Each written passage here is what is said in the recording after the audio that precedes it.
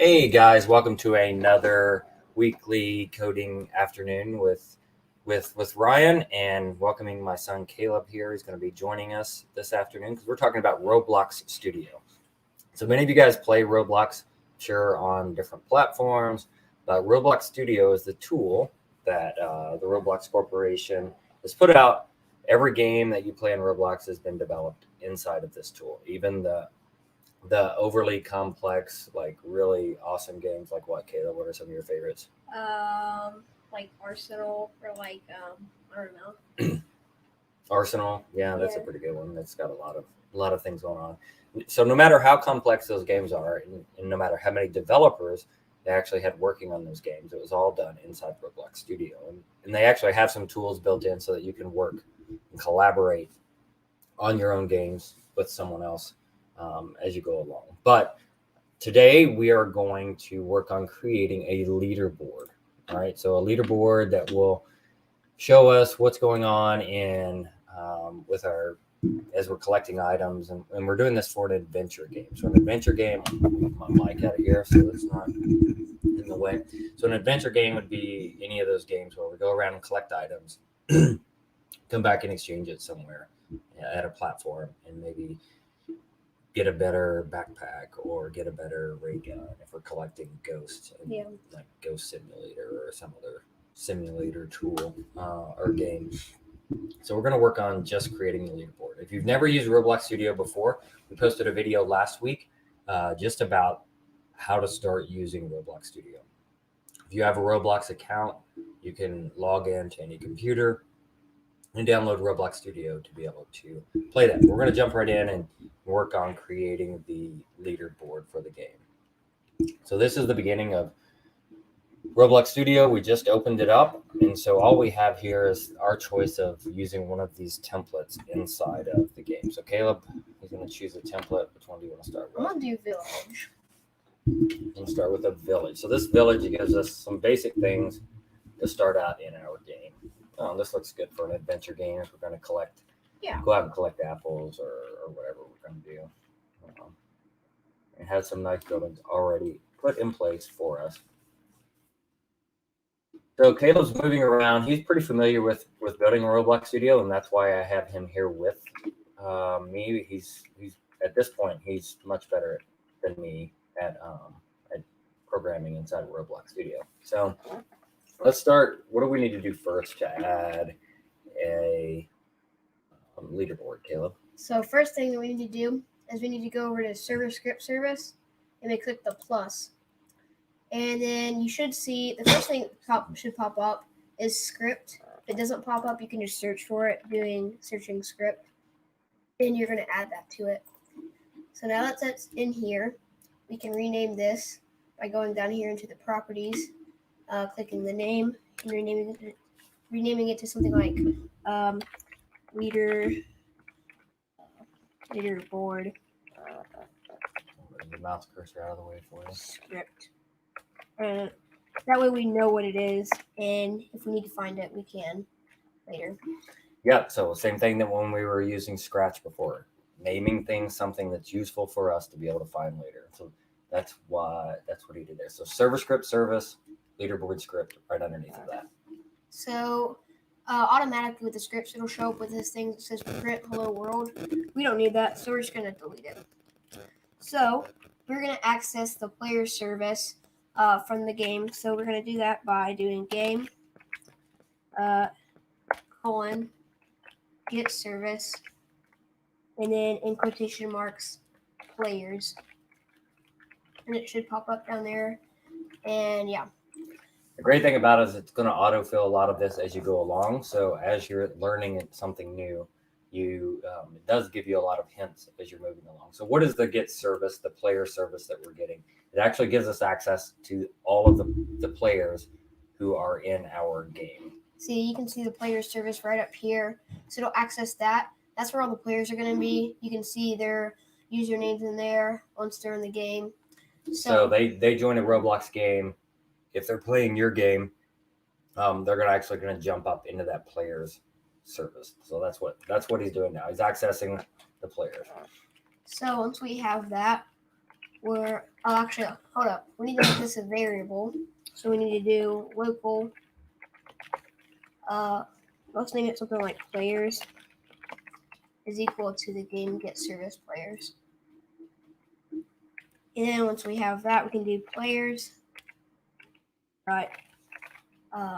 Actually, it's dot player added colon connect, and then function inside of here. And you're going to put another set of parentheses, and then we're going to put something like a client. So it'll be the player that just joined. Now that we have that. So hang on just a second. Let me unpack this just a little bit because I know Caleb moves quickly. I'm going to try to zoom in on this too, if I can, on this screen, just so that we can see it a little bit closer. There we go. Okay, so he created a variable that's accessing this service on this first line. Third line, he's taking that variable, and I don't know if you saw when he hit the dot after it, the period, it had a little, beside player added, had this little lightning bolt. So lightning bolt means it's an event. Similar to Scratch when we talked about broadcasting messages and receiving messages. Basically, we're receiving the message that a player has been added to our game. So we're connecting up to that message. A player is added to our game, and then we're connecting that right here to a function where Caleb's going to add some code and actually generate and create the leaderboard. So that's what's happening here in this. I know it's several things going on, and you have to make sure you get the colons and parentheses right on this. And I'm going to zoom in a little bit more just so that we can make sure that we're doing that. But so that's what's going on with this right now. So, okay, Caleb, go ahead. So next thing we need to do is we need to create a brand new folder. So we're going to do that by doing local load string, local leader stats.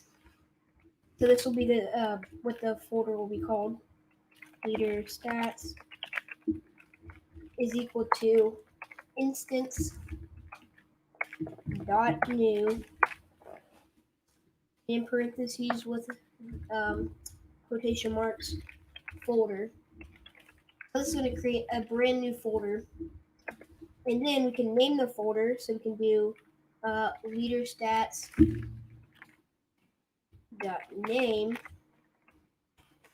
is equal to leader stats, because when it's first created, it's going to be named folder, and we won't be able to find it later because we wouldn't know the name of it. So it's helpful to name it. And then we're going to put the parent, because right now it's just really nowhere. So we're going to do leader stats dot parent is equal to client. And that's where that client that Caleb talked about earlier comes in. So he created a function, and this function had a variable that passed in called client. Client automatically, whenever you're connecting this player added, it's going to send this client object to you, which is going to be the player. So we're going to create this leader stats, which is going to be a folder. So think of if you use Windows or if you store items within a folder on your iOS device or anything, that's kind of what we're creating for our player. And then we're attaching it to this particular player who logged in. All right, the next thing we're going to do is we're going to add a cache variable to the leaderboard. So we're going to do local, not really string, local, Each one to jump up load string on you, doesn't it? yeah, local cache is equal to instance dot new int value. So what the int value does is it stores a number. So in it, it'll have like a value of like 10 or something like that.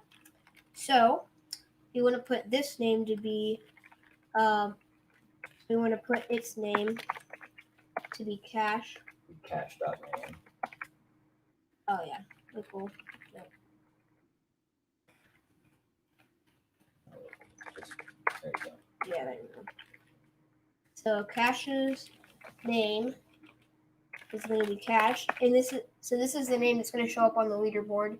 So, yeah. So if you want gold here, if you're storing gold or you're keeping up with gold instead, or whatever monetary value that you're keeping up with, that's what you want to name it here. And you can actually rename the variables that too, so it's all easier to find. But so you're right. Int value stores a number.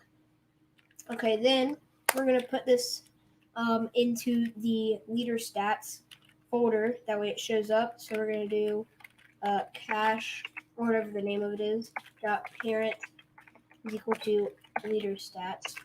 Which is the folder we just created. Yep.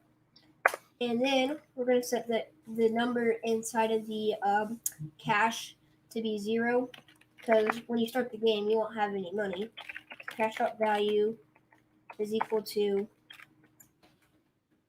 in quotations, 0. Actually, no, it doesn't need to be in quotations. It's just 0. It's an int. Yeah. Yep. And then now we can test it. We can click play.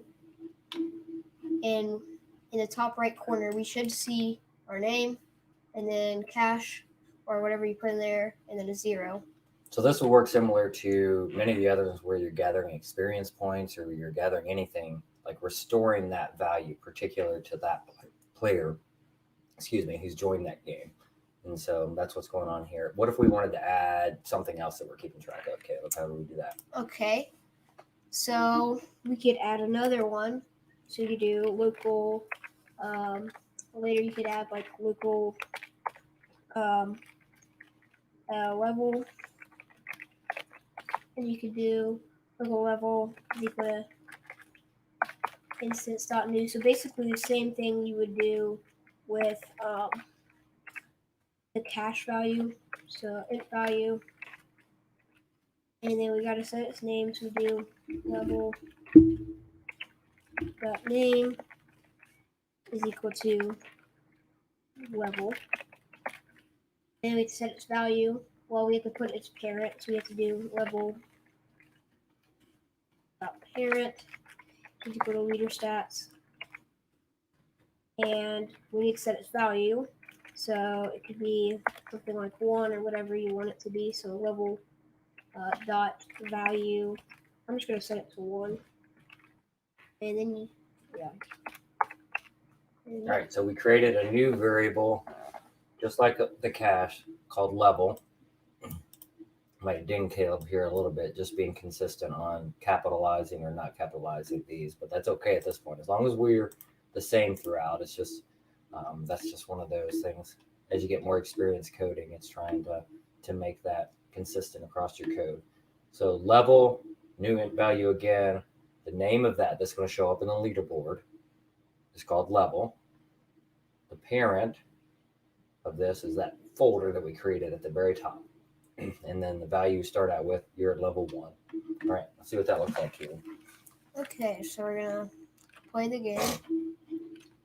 And now it should show up with the level as well and the value that you set it to. So, yeah. All right, sounds good. So then we can, what we're not showing here, and we might start to show in our next live stream next week is when we go around and start collecting things, being able to access these variables from within the leaderboard and changing them later on. So as we're collecting things and we gain more cash, or actually, what do you think we should collect to exchange for cash, Kayla? Let's go ahead and add that this week. That way next week we can start from this spot. Okay. Probably want to collect apples or something along those lines. So actually leave the level. We'll level up as we go. Okay. And then just add apples above level. Love it. Okay. If you want to, you can copy a whole section. Make it easier for you. You just have to make sure you change everything. So what we're going to do, he's going to create another value in the leaderboard that's called apples. We're going to collect the apples. And then next week, we're going to show you how we can go through, grab an apple, and then exchange that somewhere for cash. So this is something, we're collecting the apples, changing this value from 0 to something else, exchanging it, and then changing the value of our cash and the value of our apples when we make that exchange. All right, so let's test this, and then we'll save it and have it in a good spot before we start next week. All right, cash 0, apples 0, level 1. So really just adding a simple folder underneath of our player as they join is a great quick way to create this little leaderboard for your adventure game. All right, so join us next week. We're going to actually save this. Go ahead and click save, Caleb, just so people can see the save. We're going to save it to a file, and we're just going to give it a name. And this isn't publishing it to Roblox at this point. This is just saving it to my computer so that next week we can open it up and it's at the same spot that we started at this week. All right, so if you guys have any questions, feel free to comment on these videos as we're moving along. You can comment on them, even if you watch them later outside of the live stream, then we can make sure that we respond to those and get your questions answered before we come back next week and start working on exchanging those items. So thanks for joining. We will see you guys again next week. Bye. Thanks, Caleb.